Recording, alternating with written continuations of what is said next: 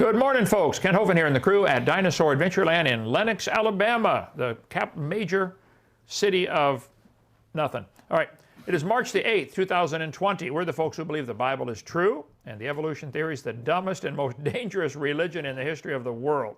You teach their kids they're an animal and then wonder, why do they act like animals? Duh. Anyway, visitors today, let's see, Josh and Kim with their 7 kids here from Houston, Texas. Did I say it right? Is it Houston? It's got an H in there? Houston? Houston, Texas. Got Justice, Zach, Sarah, Aiden, and Isaac, the twins. They got too many A's in Isaac's name. Ashton, and all from Texas. Good to have you here. How are the kids liking it so far? Great.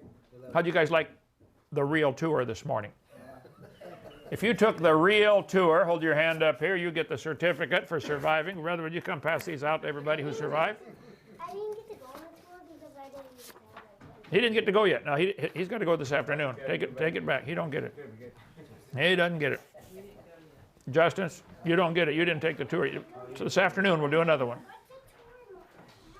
So if you want to come visit Dinosaur Adventureland, we have more fun than anybody should be allowed to have around here. And we spend more money than anybody should be allowed to spend around here. It just keeps flowing out, doesn't it? All the projects we got going. Man, if you want to help us, you can do it. Okay, we need some birds for our aviary. We have day 6 or day 5 when God made the fish and the birds. We need a whole bunch more exotic fish, exotic birds. If you got some sitting around you want to donate, please do.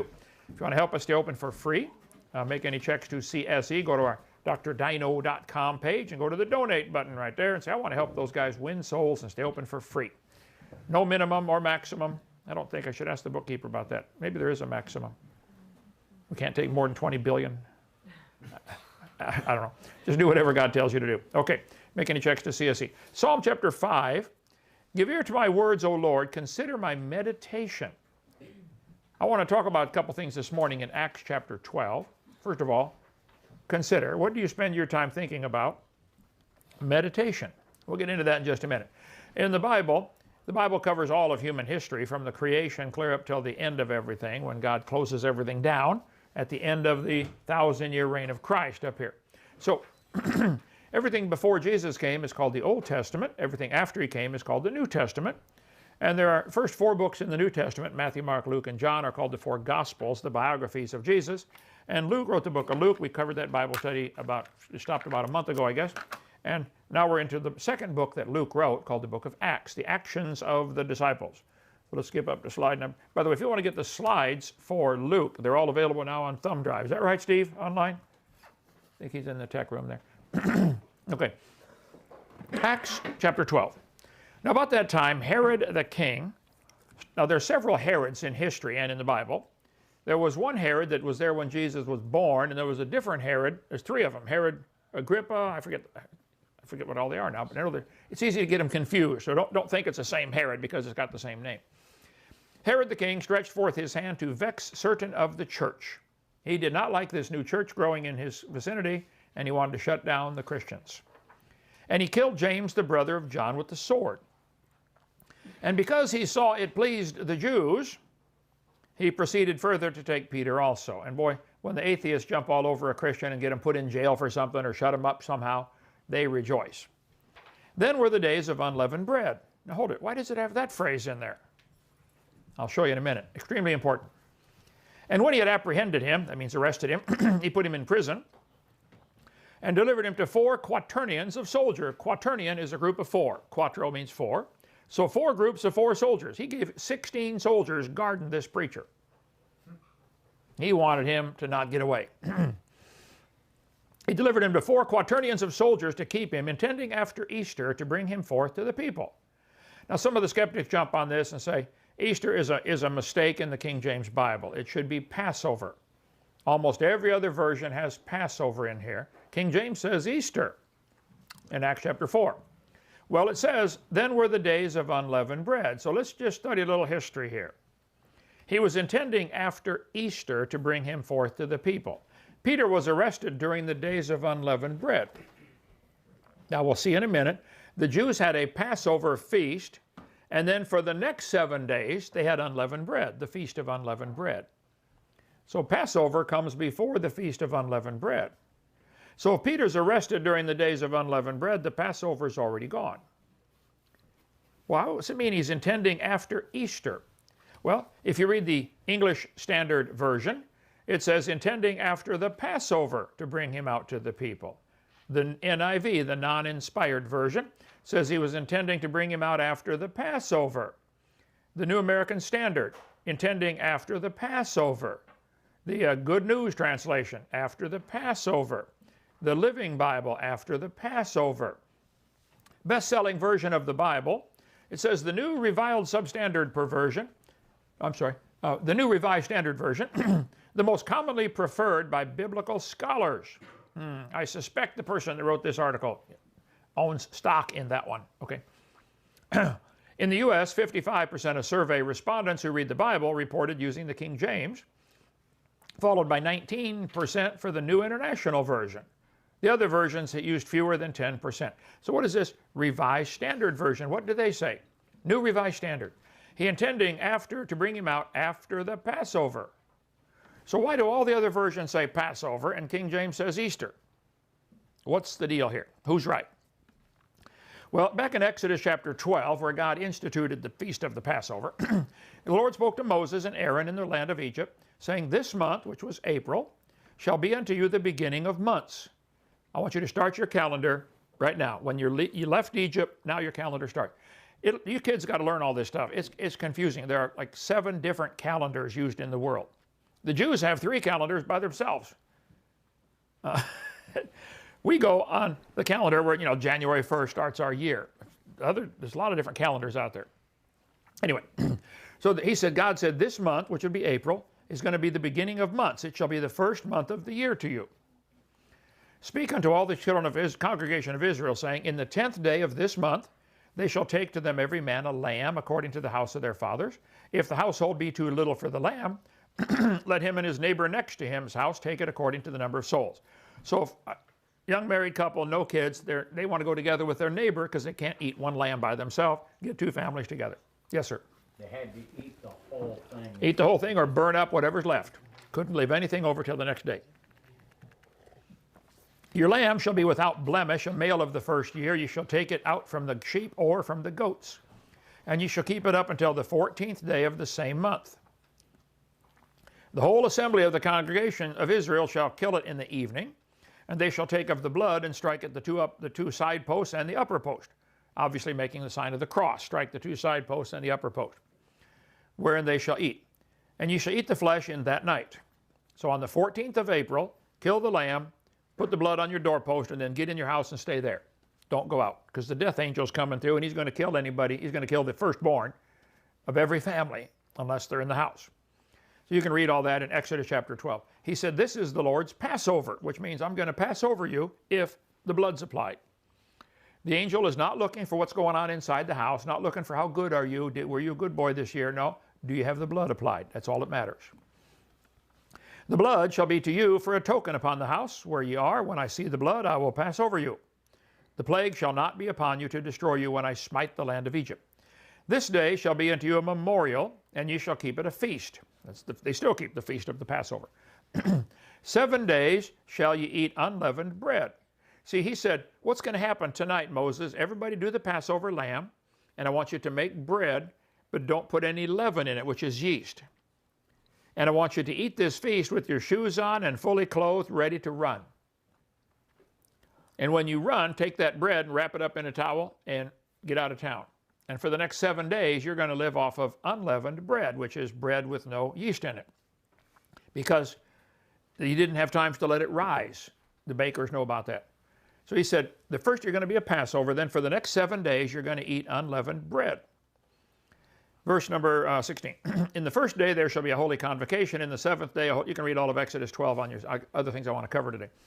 In the first month, on the 14th day of the month at even, ye shall eat unleavened bread until the 21st day. So the 14th is the Passover. From the 14th until the 21st, 7 days, is unleavened bread. Simple enough. 7 days there shall be no leaven found in your houses, and if you eat any leaven, you can't be part of the congregation. Kick them out. Okay. Back in the book of Numbers, it tells it again. In the 14th day of the first month is the Passover. In the 15th day of this month is the feast. 7 days shall unleavened bread be eaten. Now, if Peter was arrested during the days of unleavened bread, Doesn't that mean the Passover's already gone? Yeah. Easter falls on the first Sunday after the first full moon. Based on mathematical calculations, it falls on or after March 21st. March 21st is the spring equinox, equal days, equal nights. So they wait till the first full moon after that, and then it's the first Sunday after the first full moon. That's why the date for Easter changes all the time. This year it's on April 12th. Next year it'll be April 4th. After that, April 17th. Sometimes it's in March. Why does Easter change all the time? Well, it's a pagan holiday based on the moon. There's nothing to do with Christ rising from the dead. Pagan holiday. Here's some points to ponder about Easter. The Passover was at night on the 14th. 7 days of unleavened bread followed the Passover. The pagan festival of Astarte, or Istar, always was held late in April to celebrate the earth regenerating itself after winter. It's a pagan sex cult. That's why they have the bunnies, the Playboy, and the eggs, symbol of fertility, were used. Easter was originally the celebration of Ishtar, the Assyrian and Babylonian goddess of fertility and sex. Her symbols, like the egg and the bunny, were and still are fertility sex symbols. Did you think eggs and bunnies had anything to do with the resurrection? Ishtar Gate. Ishtar, the pagan holiday of Ishtar, it's also called Inanna in the Hebrew, in India. In India, they worship the same sex goddess, Inanna. Well, it turns out Easter began as a pagan festival celebrating spring in the northern hemisphere long before the advent of Christianity. In the first couple of centuries after Christ's life, feast days in the new Christian church were attached to the pagan festivals. No, the Catholic Church attached pagan festivals to Christian names. No connection between Easter and the resurrection. What's the meaning of Ishtar? The mother goddess Ishtar, also identified as Ashtaroth, Ashtart, and Inanna, was worshipped by the Assyrians and Babylonians as the goddess of love, war, justice, and fertility. While the original meaning is unknown, the name probably comes from Atar, meaning the morning star. And Satan is called the morning star in one of the new Bible versions. Is Ishtar Egyptian? Today we will shed light on one of the greatest goddesses in Arab history. Ishtar's early name was Inanna. She was worshipped for the first time in the Sumer lands, south of Iraq. She was the goddess of love, beauty, marriage, desire, fertility, war, justice, and political powers. The 7 days that came after the Passover are never called the Passover anywhere in Scripture. Peter was arrested during the days of unleavened bread, which means Passover is gone. Herod wanted to kill him during his own pagan festival of Ishtar coming up in a few days. King James is one of the only versions to get it right. Herod stretched forth his church to kill certain of the church. Then were the days of unleavened bread. Herod intended after Easter to bring him forth to the people. If you're not using a King James, shame on you. Get a real Bible. Throw the other ones away, okay? Or put them on a shelf and label them poison. All right. We could take all day. I cover this on video 7. Every year, Easter changes. I think the earliest it could possibly be is March 21st. If the shortest day of the year and the full moon and a Sunday all came together, it theoretically could fall on the 21st. Who cares? Okay. This year it is April the 8th. April, let's see, Jesus in the grave for 3 days. Never mind, it's another story. Okay, back to Acts chapter 12. Peter, therefore, was kept in prison, but prayer was made without ceasing of the church unto God for him. Isn't it great when you know somebody's praying for you? How many of you ever got a note or a message or a phone call saying, hey, I'm praying for you? What an encouragement that is, man. When Herod would have brought him forth the same night, Peter was sleeping. Oh, Peter, you're going to be killed in the morning. Yeah, but I can't do nothing about it. I'm locked up, got 16 Roman soldiers guarding me. Take a nap. Sometimes you just have to surrender and say, I can't fix this problem, Lord. I'm going to bed. Let God handle it. Peter was sleeping between 2 soldiers, bound with 2 chains. This is a dangerous preacher. And the keepers before the door kept the prison. And behold, the angel of the Lord came upon him, and a light shined in the prison, and he smote Peter on the side and raised him up, saying, Arise up quickly. And his chains fell off from his hands. And the angel said unto him, Gird thyself and bind on thy sandals. And he did so. And he said to him, Cast thy garment about thee and follow me. And he went out and followed him, and wist not that it was true, that it was done by the angel, but thought he saw a vision. He thinks he's probably sleepwalking. What is this? Walks right out of the prison. When they were past the first and second ward, went through 2 gates apparently, or people guarding him, they came unto the iron gate that leadeth unto the city, which opened to them of his own accord. And they went out and passed on through one street, and forthwith the angel departed from him. God will send an angel to get you through the hard part, and from then you got to handle it yourself. You parents know about this. Your kids want you to help them do everything. You help them do the part they can't do. It's okay, now you finish the job from here. When Peter was come to himself, I love that phrase. When Peter was come to himself. Have you ever done that? Have you ever come to yourself? You're wondering, what's going on? Oh, I get it. I get it. He said, now I know of a surety that the Lord has sent his angel and delivered me out of the hand of Herod and from all the expectation of the people of the Jews. In Luke chapter 15, we see the prodigal son took his inheritance, took off, spent everything. It says he came to himself. Sometimes you have to hit rock bottom before you come to yourself. Sometimes people are taking drugs or drinking alcohol or gambling or whatever it is, and they have to lose it all before they finally, what am I doing? What am I doing? And he came to his father. In Deuteronomy chapter 4, he said, know this, therefore this day, and consider it in thine heart. He said, Moses said, people, I want you to stop and think. Consider. Keep his statutes that it may go well with thee. Do you want to prosper in this life? Do you want to prolong your days upon the earth? Do you want to live a long time and have a nice life? Well, then keep God's statutes.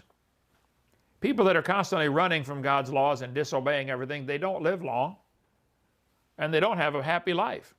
The Bible says in 1 Samuel, fear the Lord and serve him in truth with all your heart. For consider how great things he hath done for you. Sometimes you ought to just get off by yourself and just stop and think, look what God has done for me. Every time I get despondent, I wiggle my toes, and I think about Johnny Erickson Tada, broke her neck 50 years ago. Just wiggle your toes. Go to the ant, thou sluggard, consider her ways and be wise. When you sit with a ruler, consider what's before you. All through the Bible we see about things we're being told to consider. Stop and think, son. Keep your foot when you go to the house of God. Be more ready to hear than to give sacrifice of fools, for they consider not they do evil. Some people are so anxious to talk, they don't stop and consider. Let's just listen for a minute. Consider the work of God. Ecclesiastes 7. But in the day of adversity, consider.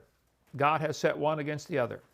The ox knows his master, the ass his master's crib, but Israel doth not know, nor my people consider. They consider not in their hearts.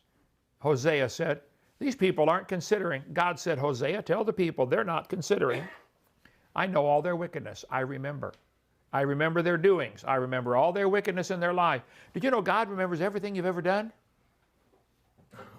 Until you get saved, and then he says, okay, I will put it behind my back. Whew, praise God. But if you're not saved, God's going to remember everything you've said, done, or thought. Now therefore consider your ways, Haggai said. Thus saith the Lord, consider your ways. You better stop and think what you're doing.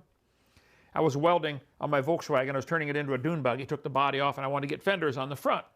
So I'm welding a bracket on the front hub to hold the fenders. And the front hub caught fire. The grease in the caught fire. So I panicked, 16 years old, grabbed the oil can to squirt it out. My dad said, stop, son, think, stop. Dad, my car's on fire. It's going to get worse, isn't it, son? Yeah. Okay. Stop and consider what you're doing here, son. How many of you have ever done something dumb because you did not stop and consider what you were doing? Okay.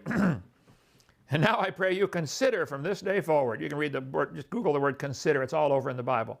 Consider the lilies. Consider the ravens. Now also the Bible tells us to meditate. Stop and think. Meditate. Really think about this. Meditate. Just Google the word meditate. It's all through the Bible. Psalm 5. Consider my meditation. A question.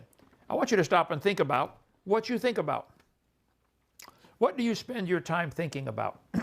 Some people spend hours and hours and hours thinking about a bunch of people fighting over a ball. They do, don't they? Hours and hours. They think about it. Who's going to win the game tomorrow? I was on the bus one time going somewhere, and somebody said, who are you for in the Super Bowl? I said, when is it? He said, tomorrow. I said, who's playing? They named off 2 teams. I'd never heard of either one. Big Polak came from Poland over to Dallas Cowboys coach caught him and said, man, this guy's huge. He'd be a good football player. He said, hey, Polak, this is a football. You ever seen one of these? He said, no, sir, we play soccer in my country. He said, well, do you think you could pass this? He said, Coach, I don't think I could swallow it. Stop. Stop and consider. Are you spending all your time and energy and money? Is that where you're thinking? Are you addicted to this? Stop and consider. Are you addicted to video games? Some people get addicted, don't they? Can't stop. Are you addicted to these games? They are addicting. Stop and consider. Are you addicted to smoking? Stop and think. What's this going to cost over a lifetime? What good is it doing for you? Just consider. Are you addicted to gambling? Some people are addicted. They can't quit. Keep going. Are you addicted to talking? Always got to be around people. Some people are scared of being alone by themselves. They're always seeking other people and got to be talking. How about just shut up for a while? Just shut up. That's impossible. It's impossible, yeah. Talk, talk, talk, talk, talk. The Bible says in Psalm 46, be still. Be still and know that I'm God. This is a great place to go get lost on the back 40 here and say, man, God, let's talk. Better yet, you talk. I'll listen. You addicted to some kind of drug or pain pills? People get addicted to all kinds of things. Alcohol. Some people are addicted to sleep. Yet a little sleep, a little slumber, a little folding of the hands to sleep, so shall thy poverty come as one that traveleth. Are you addicted to getting your way? I'm going to make sure he understands I want my way in this conversation. Nag, nag, nag, nag, nag. You better listen to me. I'm going to give you my 2 cents worth. That's about all the change you got, lady. You better stop right there and keep what you got, okay? Are you addicted to getting your own way? Bill Sardi, one of the trustees of our ministry, knowledgeofhealth.com, known him for 30 years, genius. If you have any health problems, call Bill. There's his phone number and his website. When Bill deals with people, couples having problems, husband and wife fighting over something, he gives the best advice I've ever heard, the refrigerator story. He says to the lady, he says, now listen, ma'am, suppose you and your husband are going to buy a refrigerator. He wants this brand and you want this other brand. You have a choice to make. You can argue and fight and nag until you get your way. Or let him have his way. And then, if the refrigerator goes bad later, you can sweetly say, honey, remember that refrigerator you chose? It quit working. Let him go ahead and make his mistakes. Women, back off. Men are stubborn. They don't respond well to the nag, nag, nag, nag, nag. Just back off. Let him make a mistake. They learn slowly. But men don't like to be pushed, period. So don't push. That's not the way to get your way. Shut up. Let God deal with him. The refrigerator story. Are you addicted to texting? I see you're on your iPhone. Tell me more about your addiction. How to beat email addiction. How about the cat? I'm addicted to texting. Yeah, okay. Texting is a great way to communicate quickly. Unfortunately, the convenience of texting can lead to texting addiction. If you feel anxious when you're not checking your phone and need to constantly message your friends, you might be addicted to texting. How about email? People get addicted to that. You can get addicted to all kinds of things. I'm addicted to my email. My endorphins spike when I get a message. When there are no messages, loneliness and despair overcome me. Have you tried sending email to yourself? He said, we don't talk about that. I was in a conference one time with Chuck Missler. He was a friend of mine. He died a couple years ago. But absolute genius guy. How many ever heard Chuck Missler's sermons? He and I and a couple other speakers were at this conference. We were the speakers there. And we're sitting around the table eating lunch with all the guest speakers. I felt like, what am I doing here, you know? But somebody said, Brother Missler, how do you get everything done in your day? You've written all these books. You preach all the time. What do you do? He said, well, somebody gave me some great advice years ago. They said, we want you to look at what do you do all day? When you're awake, during your waking hours, what takes up most of your time? Find what it is and stop it completely. He was sitting there at the lunch table. He said, you know, I looked at my life and said, I spend 3 hours a day answering email. I'm going to quit it all. Never answer another one. So I have a secretary to do my email. I gave up. I'm not going to try. I used to spend hours on it. How many know what I'm talking about? You get addicted to that. You got to be in constant. I try to answer everybody's question. My phone rings all day long, you know. Hello, hello. Sometimes I just shut it off. Don't answer it. So if you call me and don't get me, tough, okay? If you're dying, go to the doctor, okay? Don't call me. All right. I will answer it if I can, and I try, but it does come off the hook. So when you considered the thing, he came to the house of Mary, the mother of John, whose surname was Mark. We'll see more about John Mark later, where many were gathered together praying. And as Peter knocked on the door of the gate, a damsel came to hearken named Rhoda. And when she knew Peter's voice, she opened not the gate for gladness, but ran in and told Peter how Peter stood before the gate. He's knocking. Hello. Rhoda comes. It's Peter. Wow. Turns around, runs back in.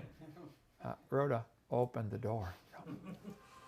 And they said to her, thou art mad. You're crazy. But she constantly affirmed that it was even so, and they said, it's his angel. But Peter continued knocking.